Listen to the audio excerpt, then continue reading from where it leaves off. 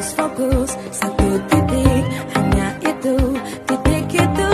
Tetap fokus kita kejar dan raih bintang. Yo yo ayo, yo ayo yo yo ayo, yo ayo yo yo ayo, yo ayo yo yo, oh oh oh, yo yo ayo. Terus fokus satu titik. Assalamualaikum warahmatullahi wabarakatuh. Alhamdulillahi rabbil alamin. Wassalatu wassalamu ala asyrafil anbiya'i wal mursalin wa ala alihi wa ashabihi ajma'in. Pertama-tama, marilah sama-sama kita memanjatkan puji beserta syukur kepada Allah Subhanahu wa taala, yang mana oleh Allah yang telah memberikan kita kesehatan baik jasmani maupun rohani, sehingga kita dapat berkumpul pada tempat yang sangat berbahagia ini. Selawat berangkaikan salam marilah sama-sama kita hadiahkan kepada junjungan alam, yakni baginda Nabi Muhammad sallallahu alaihi wasallam, yang mana oleh beliau yang telah membawa kita dari lembah jahiliyah kepada lembah Islamiyah, yang mana oleh beliau yang telah membawa kita dari lembah kebodohan kepada lembah berilmu pengetahuan seperti yang kita rasakan pada saat ini. Selanjutnya kepada al-sahabat beliau sekalian yang seiring bahu seiring langkah mendaki gunung menyisiri lembah demi mempertegakkan kalimat haq la ilaha illallah Muhammadur Rasulullah. Dan kepada ulama-ulama mutakaddimin, ulama mutaakhirin, serta ulama-ulama muhtabar, yang mana ulama itu merupakan warisatul anbiya, penyambung lidah daripada Rasulullah sallallahu alaihi wasallam. Kata-kata penghormatan saya yang pertama sekali kepada kepala sekolah SD Negeri Kuala Simpaulik dan kepada seluruh staf dewan-dewan guru, dan yang saya muliakan kepada Ibu Riza Farika selaku guru penggerak yang sampai saat ini masih menjalankan tugasnya. Baiklah Bapak Ibu sekalian yang saya hormati, pada hari ini kita akan mendengarkan diseminasi modul 1.4 tentang budaya positif. Waalaikumsalam warahmatullahi wabarakatuh. Alhamdulillahirabbil alamin. Wassalatu wassalamu ala asyrafil anbiya'i wal mursalin wa ala alihi wa sahbihi ajmain. Puji beserta syukur marilah sama-sama kita panjatkan kehadirat Allah Subhanahu wa taala. Selawat seiring salam mari kita sanjung sajikan kepada pucuk pimpinan alam besar Muhammad sallallahu alaihi wasallam, para dan sahabatnya sekalian. Dengan singkat Bapak akan memaparkan sedikit kata-kata sambutan mengenai dengan IGP, calon guru penggerak angkatan ke-8. Alhamdulillah pada hari ini Ibu Noni beserta Ibu Riza Farika. Ibu Noni berasal dari SD Aluhbuluh, Kecamatan Sipangulim. Ibu Rika dari Desa Kuala Sipangulim. Selanjutnya, alhamdulillah pada hari ini dua-duanya sudah sampai ke Desa Kuala Sipangulim untuk melaksanakan program yang sedang berjalan. Lebih kurang mungkin yang akan dilaksanakan sekitar 3 bulan, kalau nggak salah saya. Jadi dalam hal tersebut Bapak-bapak, ibu-ibu sekalian yang ada di Desa Kuala Simpang Lim, tolonglah membantu rekan kita yang sudah ada di sini. Marilah sama-sama kita mendukung supaya apa yang ibu rencanakan mudah-mudahan akan terlaksana dengan lancar dan baik dan sukses. Kemudian selanjutnya Bapak mengharapkan kepada calon guru penggerak angkatan ke-8, mudah-mudahan ya, dengan adanya guru penggerak, mudah-mudahan anak didik kita makin bertambah pintar dan akan lebih kreatif, ya, lebih kreatif dalam melaksanakan juga, karena di dalam guru CGP ini banyak sekali yang Bapak lihat di sini adalah untuk memotivasi anak-anak, ya, memotivasi anak-anak supaya anak-anak lebih giat dan tentu dalam melaksanakan kegiatan apa yang ibu berikan sesuai dengan keadaan yang ada di tempat ibu masing-masing. Kemudian selanjutnya ini saya mohon maaf pada bapak ibu-ibu, mungkin keadaan kami di sini di Desa Kuala Simpang Lim ini agak jauh sedikit dibandingkan dengan keadaan bapak. Mungkin kondisi anak-anak di sini juga agak beda, ya. Alhamdulillah, tapi dengan ada pertukaran pendapat atau pengalaman, mudah-mudahan ini bisa teratasi dengan baik. Inilah yang dapat saya sampaikan. Mudah-mudahan selamat bekerja, mudah-mudahan berhasil. Hadanallahu wa iyyakum ajmain. Assalamualaikum warahmatullahi wabarakatuh. Terima kasih Bapak atas waktunya. Assalamualaikum warahmatullahi wabarakatuh. Waalaikumsalam warahmatullahi wabarakatuh. Puji dan syukur marilah sama-sama kita panjatkan kehadirat Allah Subhanahu wa taala, yang mana oleh Allah telah memberi kita kesehatan sehingga dapat berhadir pada hari ini. Salawat berserta salam marilah sama-sama kita sanjung-sanjungkan kepada Nabi besar kita, yaitu Nabi Muhammad Sallallahu Alaihi Wasallam, yang mana oleh beliau telah membawa kita dari alam jahiliyah ke alam yang penuh berilmu pengetahuan yang kita rasakan sampai saat ini. Penghormatan saya kepada Kepala Sekolah SD Negeri Kuala Simpang Lim dan yang saya banggakan guru-guru dan rekan yang ada di SDN Kuala Simpang Lim. Sebelumnya saya mengucapkan terima kasih kepada Bapak Ibu yang telah meluangkan waktu untuk mendengarkan diseminasi yang akan saya sampaikan tentang modul 1.4 budaya positif. Dan terima kasih juga kepada Bapak Ibu yang telah mendukung dan memotivasi saya untuk mengikuti calon guru penggerak yang sedang saya jalani. Alangkah bahagianya saya dapat berdiri di sini sebagai calon guru penggerak angkatan 8. Ini adalah kesempatan yang sangat istimewa bagi saya, karena pada kesempatan ini saya dapat menyampaikan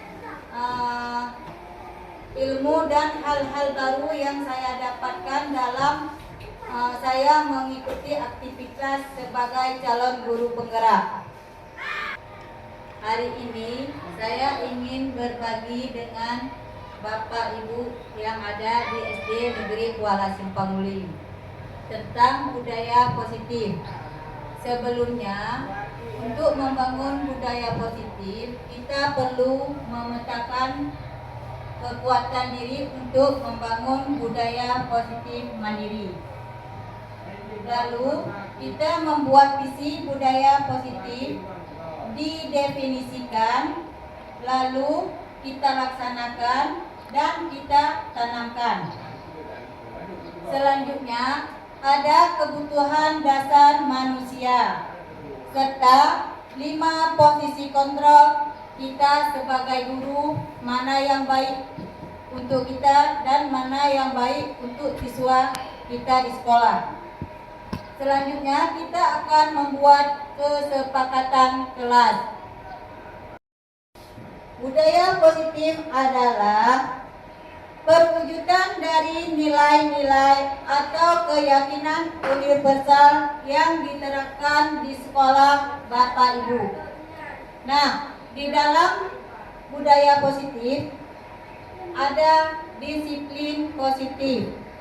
Disiplin positif adalah hal yang paling utama untuk mewujudkan budaya positif di sekolah kita. Nah, sekarang kita akan melihat nilai-nilai kebajikan universal. Nah, nilai kebajikan universal adalah sifat positif manusia yang merupakan tujuan mulia yang ingin dicapai oleh suatu individu. Nah, di dalam nilai-nilai kebajikan meliputi keadilan, tanggung jawab, kejujuran, bersyukur, tulus hati, berprinsip, kasih sayang, komitmen. Ibu, sekarang kita akan melihat keyakinan kelas. Keyakinan kelas adalah kesepakatan yang dibuat bersama siswa. Nah, sekarang saya ingin bertanya, apakah ibu-ibu dan bapak-bapak sudah membuat peraturan di kelas Bapak? Sudah.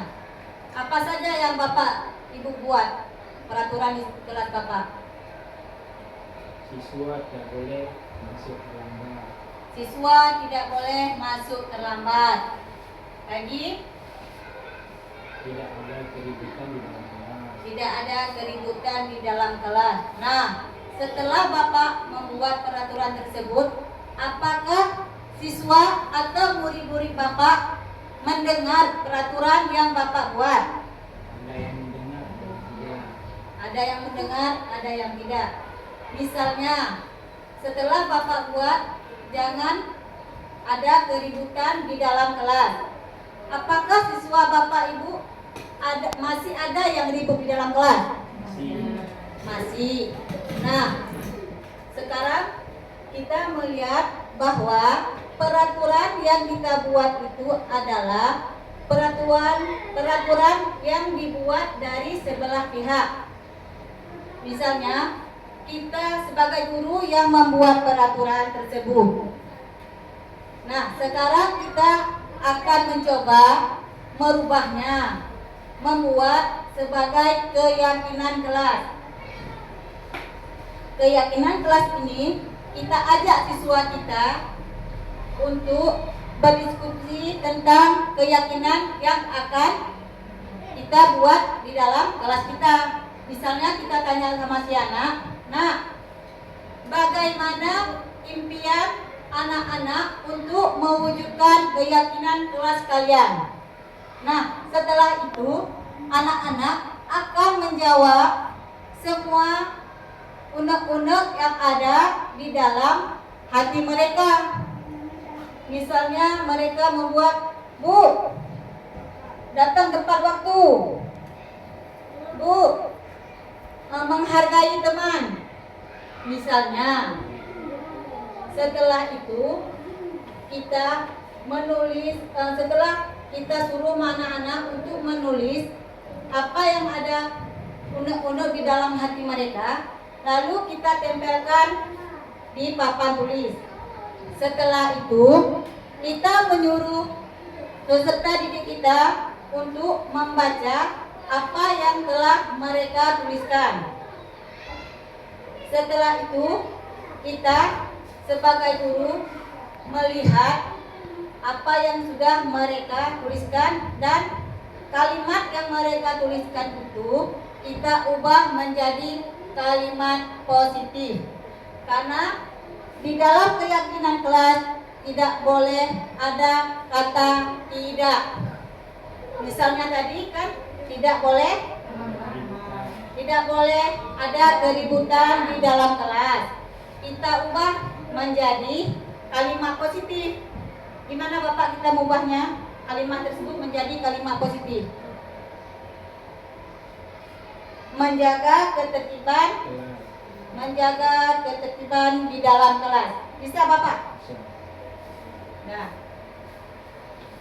Nah, inilah langkah-langkah untuk membuat keyakinan kelas. Nah, sekarang Bapak Ibu bisa mencobanya di dalam kelas Bapak Ibu masing-masing.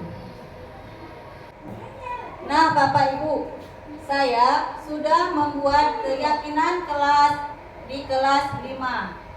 Keyakinan kelas di kelas 5 adalah, ini contoh untuk Bapak Ibu nanti buat di kelas masing-masing ya.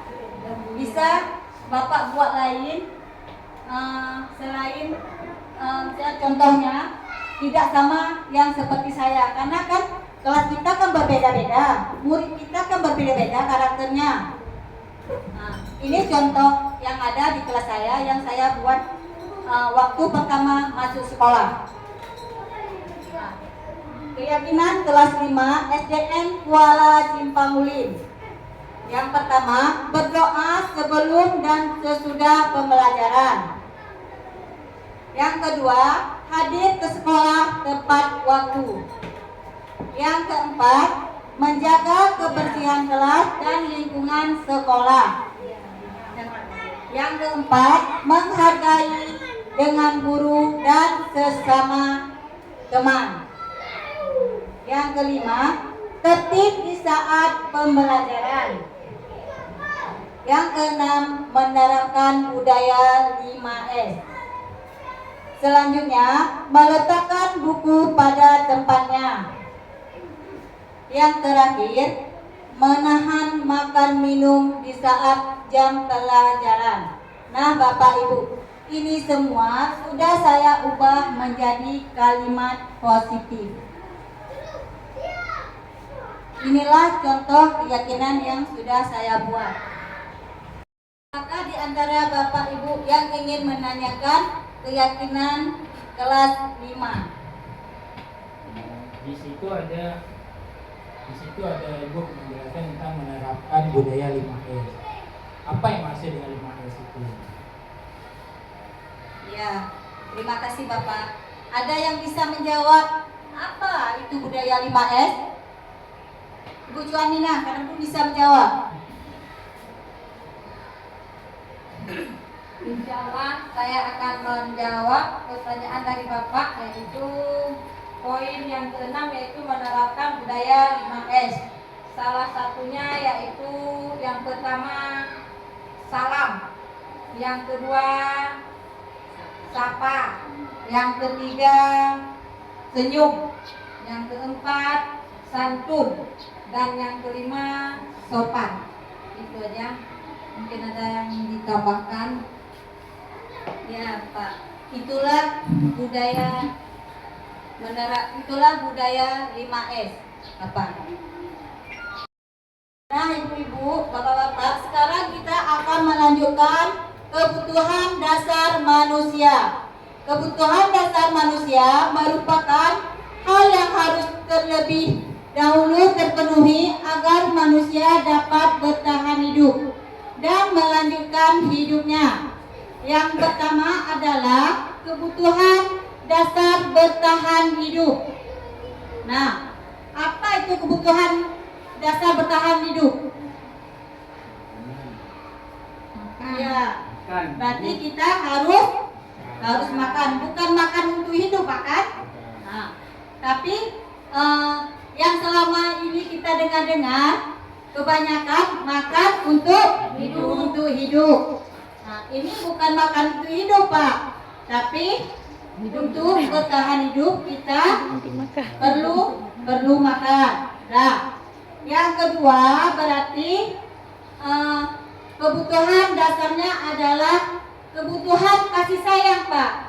Ya, kebutuhan kasih sayang. Misalnya di rumah peserta didik kita perlu kasih sayang dari orang tua. Nah, kalau di sekolah peserta didik kita perlu kasih sayang dari guru-guru dan kepala sekolah agar peserta didik kita merasa nyaman dan aman dalam mengikuti pembelajaran. Nah, selanjutnya berarti apa, Pak? Kekuasaan. Ya, ini bukan berarti ingin menguasai, ingin berkuasa. Bukan, Bapak Ibu. Ini adalah kebutuhan, ini berhubungan dengan kekuatan untuk mencapai sesuatu. Bukan untuk memiliki barang orang lain misalnya. Bukan, Bapak Ibu ya. Nah, yang selanjutnya adalah kebebasan.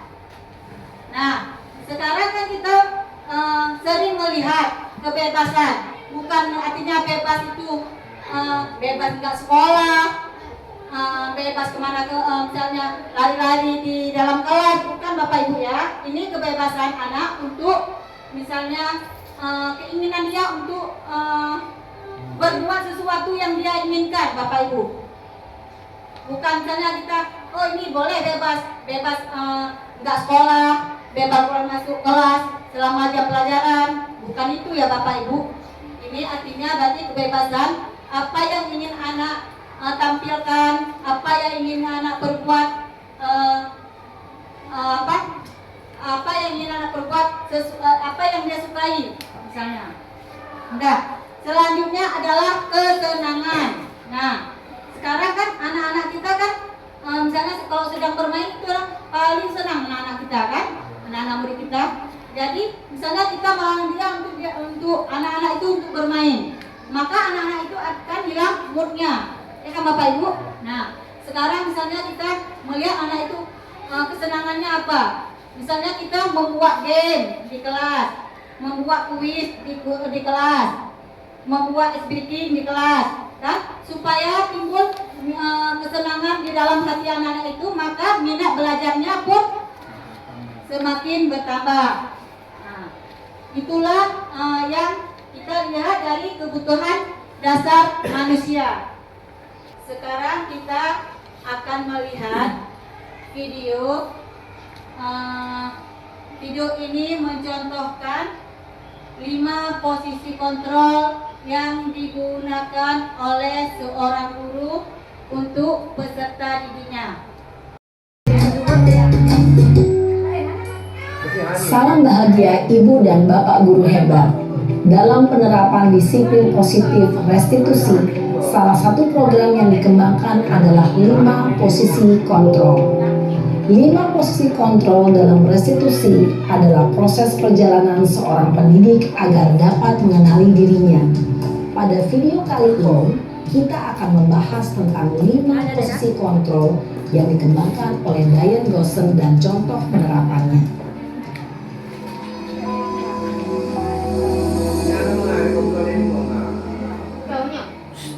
5 posisi kontrol itu adalah 1. Posisi penghukum. 2. Posisi pembuat merasa bersalah. 3. Posisi teman. 4. Posisi pemantau atau monitor.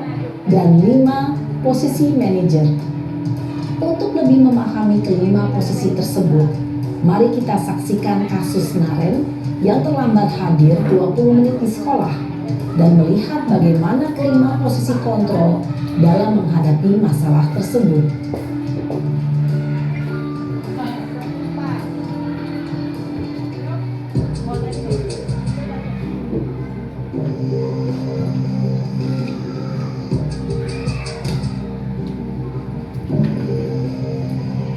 Naren,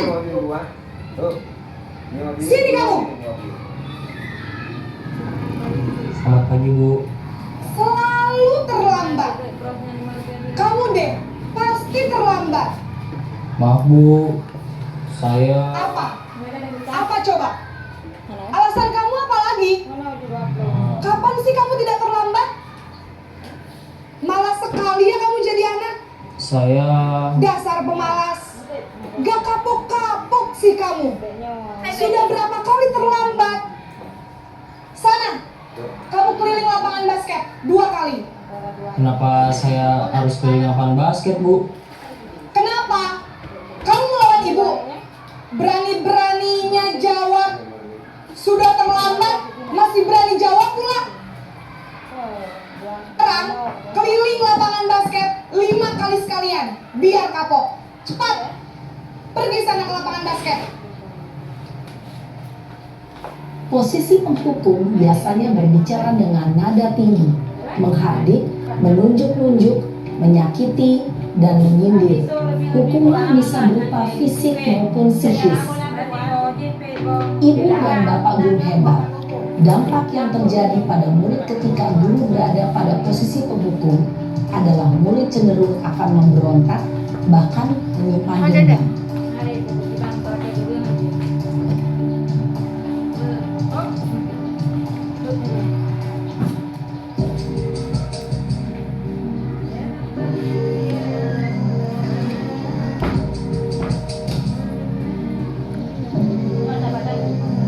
Naren,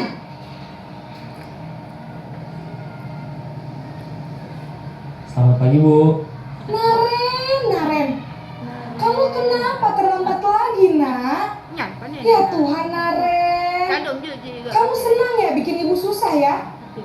Kalau kamu terlambat lagi, nanti ibu yang ditegur bapak kepala sekolah, nak. Disangka ibu tidak bisa membina kamu. Duh, gimana ini? Maaf Bu, Duh Gusti Naren. Kamu suka ya kalau ibu ditegur bapak kepala sekolah? Terus, sekarang ibu harus tulis apa ini di buku absen? Ini kamu sudah sering terlambat loh. Ibu harus apa coba? Bu, maaf sekali. Ya sudah, lain kali jangan bikin ibu susah lagi ya nak ya. Ibu tidak akan kuat lagi kalau kamu begini terus. Bisa jantungan kalau ibu ditegur bapak kepala sekolah. Sana cepat ke kelas. Maaf ya Bu, maaf sekali. Posisi pembuat rasa bersalah berbicara dengan nada tenang, cenderung lembut. Namun kata-kata yang diutarakan membuat murid merasa menjadi orang yang gagal, memandang buruk dirinya sendiri, merasa tidak berharga, dan tidak sanggup membahagiakan orang lain. Ketika guru mengambil posisi pembuat rasa bersalah, murid akan menganggap dirinya yang bersalah dan ia akan menyimpan emosi negatif tersebut di dalam dirinya.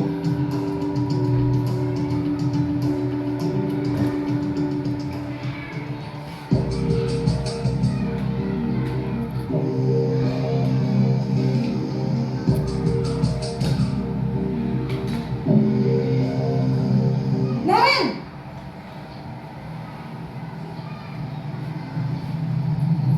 Selamat pagi Bu. wah sudah jam berapa ini nak? Terlambat lagi ya sayang.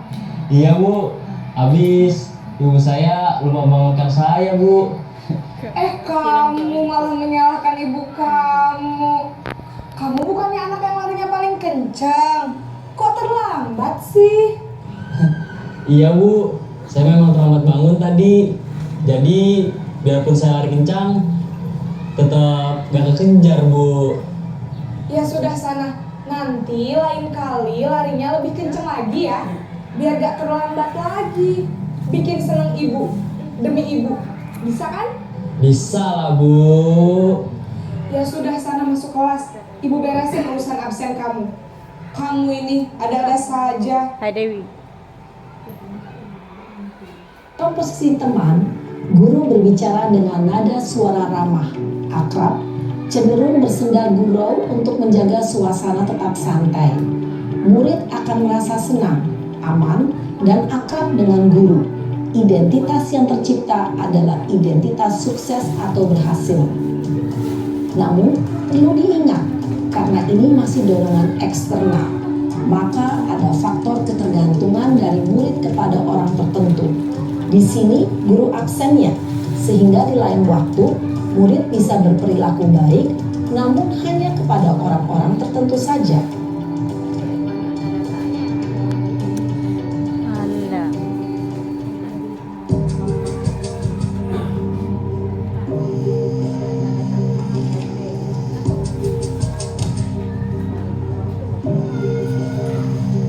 Naren,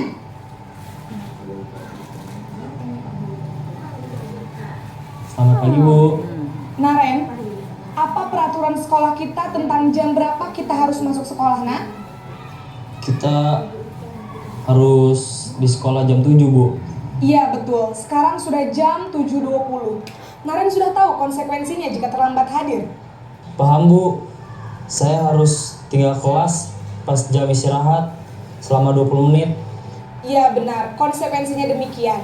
Jadi nanti jam 9.30 pas istirahat, kamu harus tinggal di kelas, kerjakan tugas tambahan untuk ketertinggalan kamu, ya. Baik, Bu. Posisi pemantau mengandalkan penghitungan atau data untuk mengontrol murid. Guru mengarahkan murid berdasarkan peraturan dan konsekuensi. Seorang pemantau menunjukkan bahasa tubuh dan ekspresi wajah yang datar dan cenderung formal.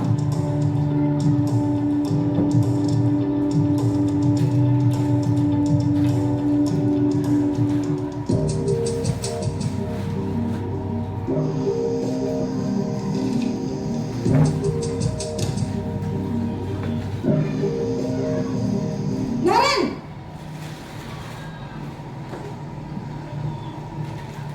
Selamat pagi, Bu. Selamat pagi, Naren. Maaf, Bu. Saya terlambat. Iya, sekolah masuknya jam 7, sekarang sudah jam 7.20. Jadi sekarang bagaimana ini, Naren? Maaf, Bu. Saya lupa setel alarm saya semalam. Baiklah, menurut kamu, keyakinan sekolah yang mana yang perlu kamu tingkatkan? Menghargai diri sendiri dan orang lain mungkin ya, Bu. Setuju. Jadi, apakah Naren meyakini prinsip saling menghormati tersebut? Iya, Bu. Saya meyakininya. Apakah Naren bersedia memperbaiki masalah keterlambatan ini? Bersedia, Bu. Bagaimana kamu akan perbaiki masalah keterlambatan ini? Saya akan coba untuk tidak lupa menyetel alarm saya, Bu. Baik, kalau Naren lupa menyetel alarm di rumah, ada orang yang kira-kira bisa bantu mengingatkan tidak? Ada, Bu.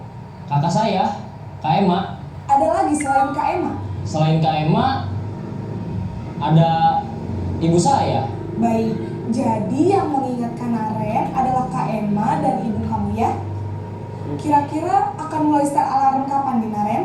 Setelah pulang sekolah, akan segera saya lakukan. Baik, jadi Naren akan setel alarm untuk bangun besok pagi dan akan diingatkan oleh kakak dan ibunda Naren ya. Ada lagi yang mungkin perlu dilakukan, Naren, agar tidak terlambat bangun lagi? Tidak ada, Bu. Baik, Naren, terima kasih untuk kerjasama kamu. Sekarang kamu perlu kembali ke kelas untuk belajar. Baik, Bu. Terima kasih. Posisi manajer adalah posisi kontrol yang disarankan untuk membimbing murid memiliki sikap disiplin yang positif, yaitu murid yang mandiri, bertanggung jawab, dan dapat memecahkan masalah. Tujuan dari posisi ini adalah agar murid dapat berefleksi atas tindakannya. Guru akan dengan tulus memberikan pertanyaan-pertanyaan bermakna, sehingga membuat murid dapat belajar dari kesalahannya dan mencari sebuah solusi untuk menyelesaikannya. Ibu dan bapak guru hebat, setelah mengamati adegan kelima posisi kontrol tadi, kira-kira posisi mana yang paling ideal? Posisi mana yang dapat menunjang motivasi intrinsik murid? Ya, tentu posisi manajer. Posisi ini memang posisi ideal yang ingin dituju setiap pendidik. Pada posisi inilah, guru dapat menerapkan disiplin positif yang berpihak pada murid, yang memerdekakan murid. Perjalanan seorang pendidik tentunya tidak mudah untuk sampai pada posisi seorang manajer. Namun, tujuan kita pasti, yaitu menciptakan murid-murid yang mandiri, merdeka, dan bertanggung jawab. Semoga penggambaran 5 posisi kontrol yang telah diperlihatkan ini dapat menjadi ajang refleksi bagi kita semua, agar dapat terus mengasah dan menerapkan disiplin positif yang memerdekakan murid. Mari terus berlatih dan bersemangat. Selamat menerapkan. Salam dan bahagia Ibu dan Bapak Guru hebat. Nah Bapak Ibu, sekarang coba kita melihat di slide kita. Nah, ini ada 5 posisi kontrol. Yang pertama, tadi apa? Posisi penghukum. Guru berbuat, dia kan menunjuk-nunjuk, menyakiti, menyindir. Dan guru berkata, kalau kamu tidak melakukan, awas ya. Berarti mengancam, seperti mengancam. Awas ya. Nah, hasilnya murid memberontak, menyalahkan orang lain, berbohong. Dan kaitannya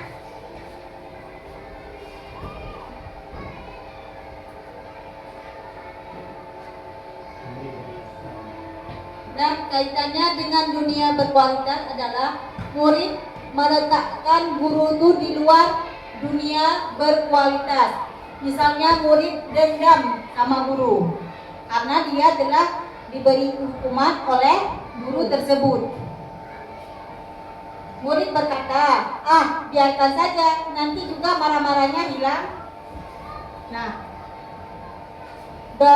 dampak pada murid mengulangi kesalahannya lagi.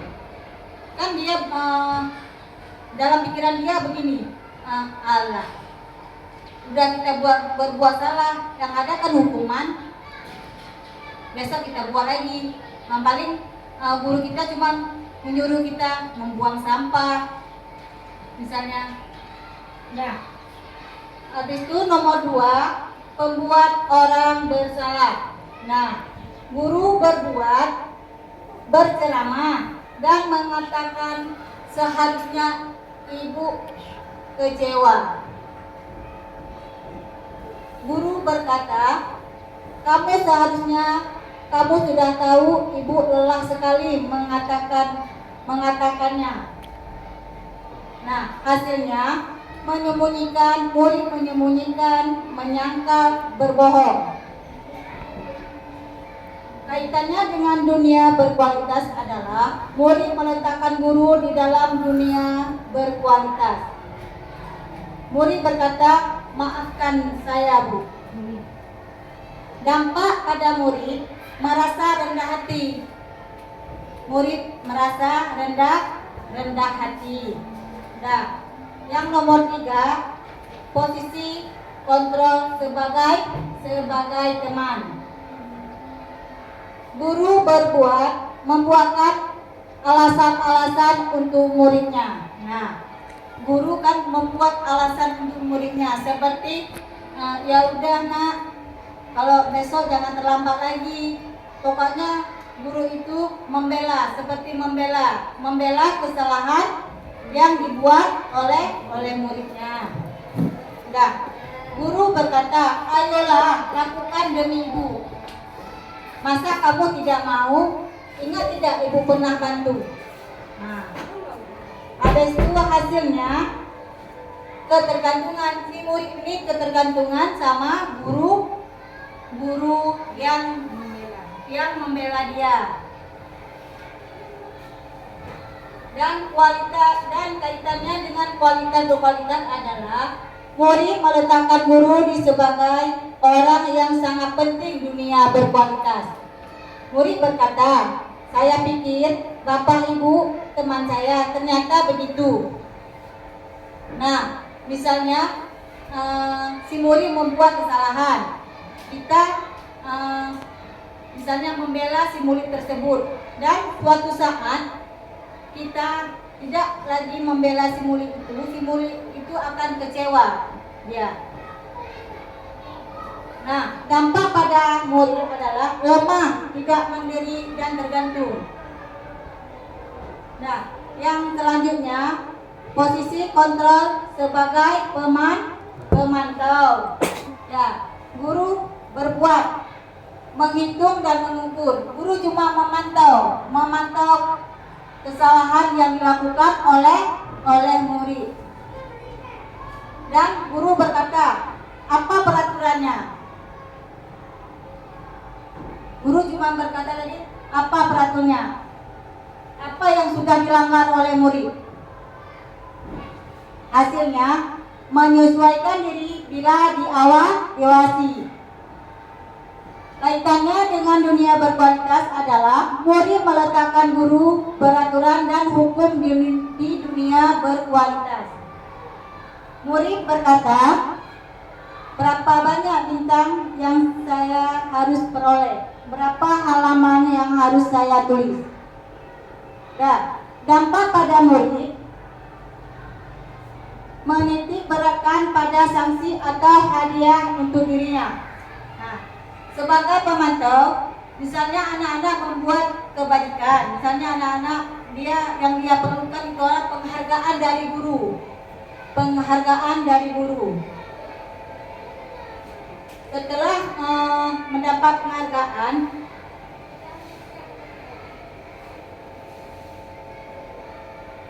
murid akan membuat misalnya, saya ini saya yakin belajar. Karena kan dari yakin saya belajar, tentu saya akan mendapat hadiah. Nah, misalnya. Habis itu selanjutnya posisi kontrol. Posisi kontrol adalah guru berbuat mengajukan pertanyaan.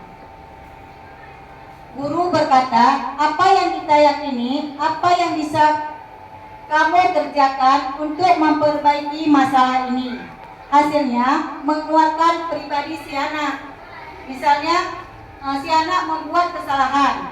Misalnya dia terlambat datang ke sekolah. Si guru bertanya, kenapa kamu terlambat datang ke sekolah? Dan si anak menjawab, telah bangun tidur, Bu. Habis itu si ibu bertanya lagi, kenapa kamu telah bangun tidur? Oh, saya tidak menghidupkan alarm, Bu. Ya. Lalu si ibu bertanya lagi, apakah keyakinan kelas yang sudah kamu langgar? Si anak menjawab sendiri dia, dan si anak ini melihat kesalahan dia dan dia akan memperbaiki kesalahannya sendiri tanpa kita suruh. Nah, setelah itu murid kaitannya dengan dunia berkualitas adalah murid meletakkan dirinya sebagai individu yang positif dalam dunia berkualitas. Murid berkata, bagaimana caranya saya bisa memperbaiki keadaan? Nah, dampak pada murid adalah mengevaluasi dirinya bagaimana cara memperbaiki kesalahan tersebut. Nah, ibu-ibu, inilah 5 posisi kontrol yang sudah saya pelajari dalam aktivitas saya sebagai calon guru penggerak. Nah, posisi kontrol ini yang paling baik digunakan adalah posisi kontrol sebagai manajer. Ibu, untuk kita memposisikan diri kita sebagai manajer, ada 3 langkah yang harus kita terapkan, yaitu kita harus menerapkan segitiga restitusi. Segitiga restitusi adalah suatu proses dialog antara guru dan siswa atau orang tua dengan anaknya, yang dijalankan guru atau orang tua yang menghasilkan anak mandiri dan bertanggung jawab. Nah, proses ini terjadi dari 3 langkah, yaitu pertama, validasi tindakan yang salah. Kita bisa mengatakan siswa pasti pernah berbuat salah, atau bukan dia aja yang pernah berbuat salah, semua orang pasti ada yang berbuat salah. Nah, lalu kita pun bisa bertanya, kamu tentu punya alasan mengapa kamu berbuat seperti itu. Dan kita lanjutkan untuk menstabilkan identitas. Kita bertanya kepada murid, kamu ingin menjadi orang yang seperti apa? Jadi si anak itu berpikir dia, iya ya, saya nanti kalau saya membuat kesalahan, kalau saya membuat misalnya kesalahan yang lagi, saya akan menjadi orang seperti apa nanti ke depannya. Jadi si anak ini menyesali perbuatan yang sudah dia lakukan. Nah, lalu kita seorang guru bertanya lagi kepada si anak tentang keyakinan kelas apa yang sudah dilanggar oleh si anak itu. Kan tadi nomor 3 itu kan menanyakan keyakinan. Nah, jadi kita tanya sama si anak tentang keyakinan kelas yang kita sudah buatkan di kelas tadi. Nah, sekarang ibu mau bertanya, keyakinan kelas apa yang telah kamu lakukan tadi? Si anak berpikir, iya ya, tadi saya sudah mengganggu teman. Berarti keyakinan kelas yang saya langgar adalah menghargai orang lain. Berarti dia teringat apa yang telah dia buat dalam kelas, yaitu keyakinan kelas. Berarti si anak itu dia tumbuh dalam dirinya, menyesal, dan dia teringat akan memperbaiki kesalahan yang dia perbuat. Nah, ibu bapak, dalam segitiga restitusi ini adalah contoh untuk kita menjadikan diri kita sebagai manajer. Dan inilah yang dapat saya sampaikan.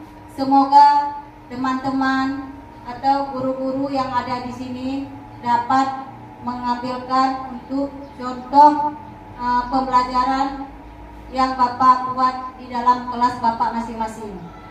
Kesimpulan Bapak Ibu, untuk menerapkan segitiga restitusi pada masalah yang muncul dengan menempatkan diri kita sebagai manajer, itulah adalah sangat ideal. Maka aspek yang dikembangkan pada murid adalah motivasi intrinsik, yaitu motivasi dalam diri sehingga penanaman nilai-nilai kebajikan dapat tumbuh dan berkembang menjadi suatu kebiasaan positif dan membentuk karakter positif siswa. Pada akhirnya terciptalah budaya positif. Jadi, jika ingin menciptakan budaya positif, dimulai dari hal yang paling kecil dulu ya Ibu Bapak. Mungkin cukup sekian yang bisa saya sampaikan. Kekurangan ada milik saya dan kelebihan adalah milik Allah Subhanahu wa Ta'ala. Saya akhiri dengan Assalamualaikum warahmatullahi wabarakatuh. Demikianlah hasil pemaparan dari calon guru penggerak kita yang ada di sekolah ini, Istiqomah Simpaulim, yang telah memaparkan diseminasi dampak budaya positif. Semoga kita bisa menerapkan dalam kegiatan proses belajar kita masing-masing di dalam kelas. Demikianlah saya akhiri. Assalamualaikum warahmatullahi wabarakatuh. Berikut ini adalah video contoh keyakinan kelas yang sudah saya terapkan di kelas 5. Nah, anak-anak, sekarang kita sudah mulai memasuki semester baru. Sekarang anak-anak sudah duduk di kelas berapa? 5. Ya, di kelas 5. Nah, sekarang Ibu mau bertanya. Kelas yang bagaimana yang anak-anak impikan? Menjaga kebersihan, Bu. Iya, Salwa, betul. Menjaga kebersihan. Siapa lagi? Ryan. Apa Ryan? Tertib. Iya, tertib. Siapa lagi? Ya, Bu. Iya. Bergotong royong. Iya, bergotong royong itu sangat perlu. Karena kita kalau sesuatu pekerjaan yang kita kerjakan sendiri itu tidak akan selesai. Nah, makanya kita harus bergotong royong. Ya, siapa lagi? Tamara. Nah, apa Tamara? Saling menghormati. Iya, betul. Karena kita kalau tidak saling menghormati di dalam kelas kita tidak akan nyaman. Dan siapa lagi? Iya, Budaya 5S. iya, budaya 5S. Siapa lagi yang mau jawab? Iya, iya betul. Buang sampah pada tempatnya. Iya. Sekarang untuk lebih jelasnya lagi, kita akan membuat kesepakatan kelas. Nah, kesepakatan kelas yang kita buat harus anak-anak patuhi. Nah, sekarang Ibu akan menyuruh kalian untuk menulis apa yang ada dalam hati kalian untuk kesepakatan kelas kita. Nah, sekarang coba anak-anak menulis di kertas.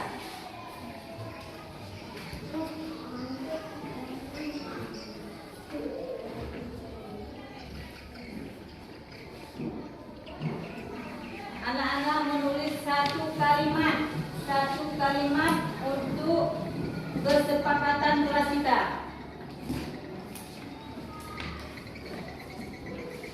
Apa aja boleh?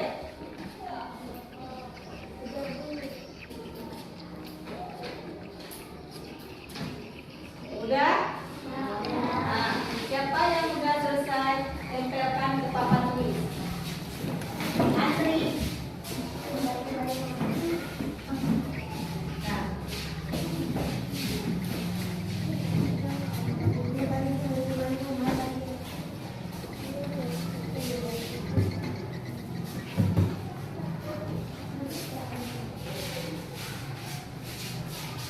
Yang rapi.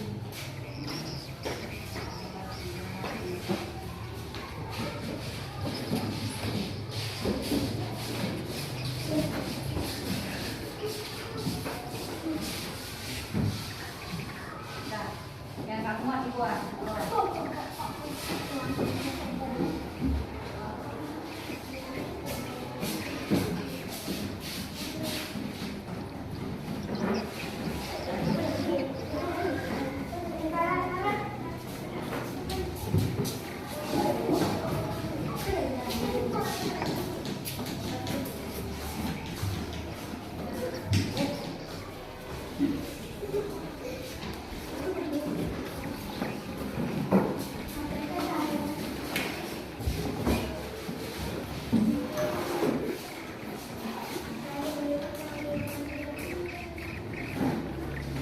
Sudah semua?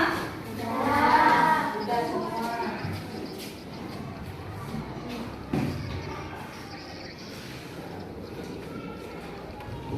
Nah, sekarang coba Ulfa Fadila. Coba baca punya sendiri ya.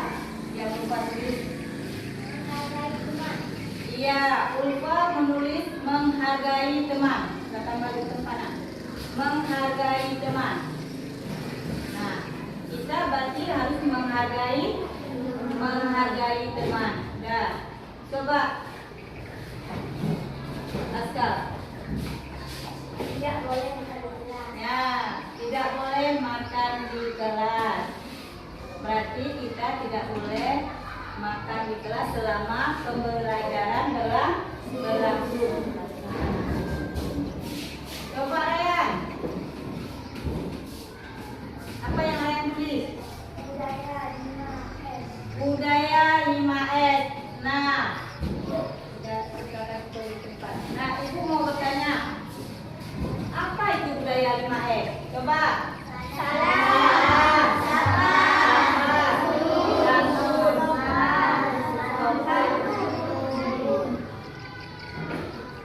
iya. Nah, sekarang kalimat-kalimat ini semua, Ibu mau nanya sama anak, yang mana yang bisa kita pakai untuk kesepakatan kelas kita. Nah, yang pertama, menjaga kebersihan. Menjaga kebersihan. Bisa? Bisa. Menjaga kebersihan.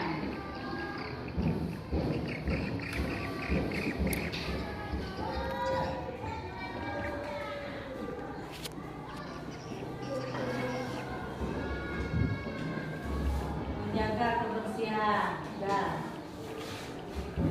Budaya 5S. Bisa? Bisa. Budaya 5S.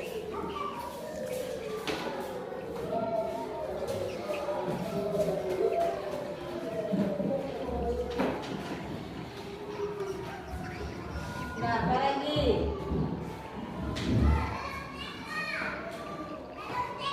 Menjaga kebersihan sudah, keluarga. Menghargai teman. Menghargai teman. Ya. Menghargai teman.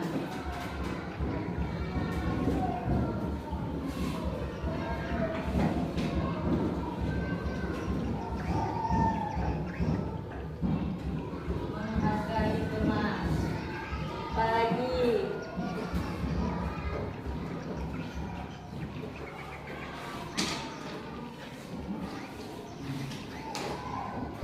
Membaca doa sebelum dan sesudah belajar. Bisa.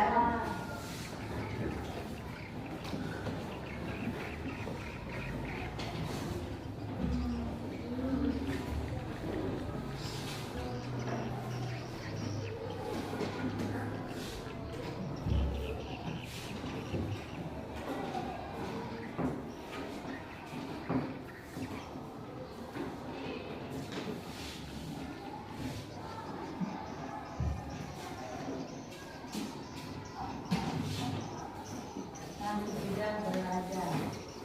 Nah, apa lagi? Dua. Menghargai teman sudah sama. Berarti bergotong royong. Bergotong royong.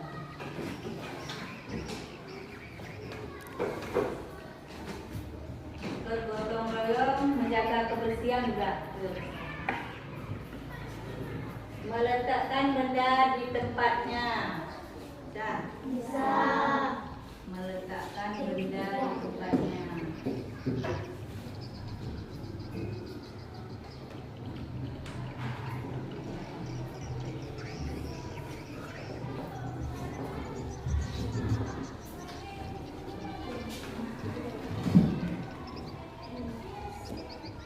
Di tempatnya.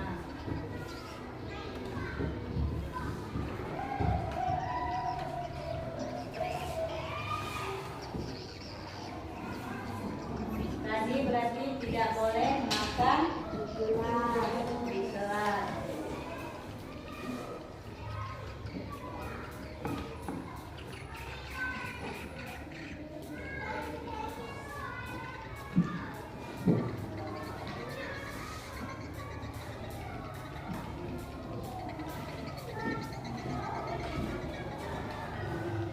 Apalagi?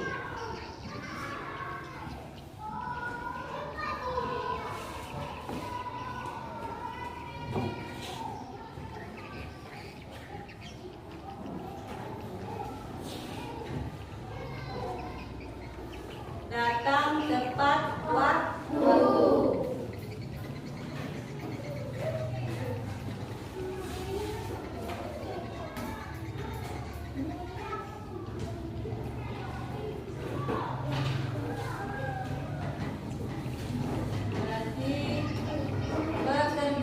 sama.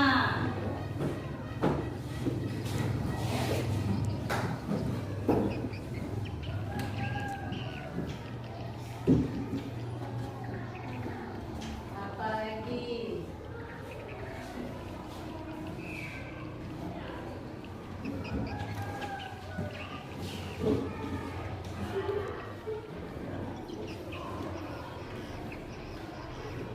Kalau ini sama.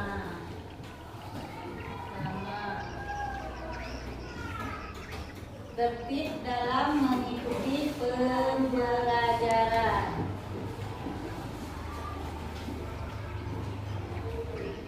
Tertib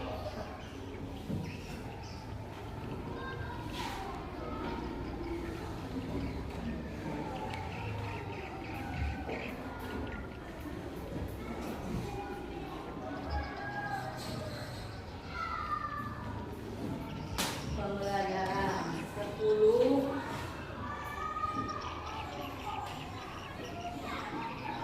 apa? Menghormati guru dan sesama teman.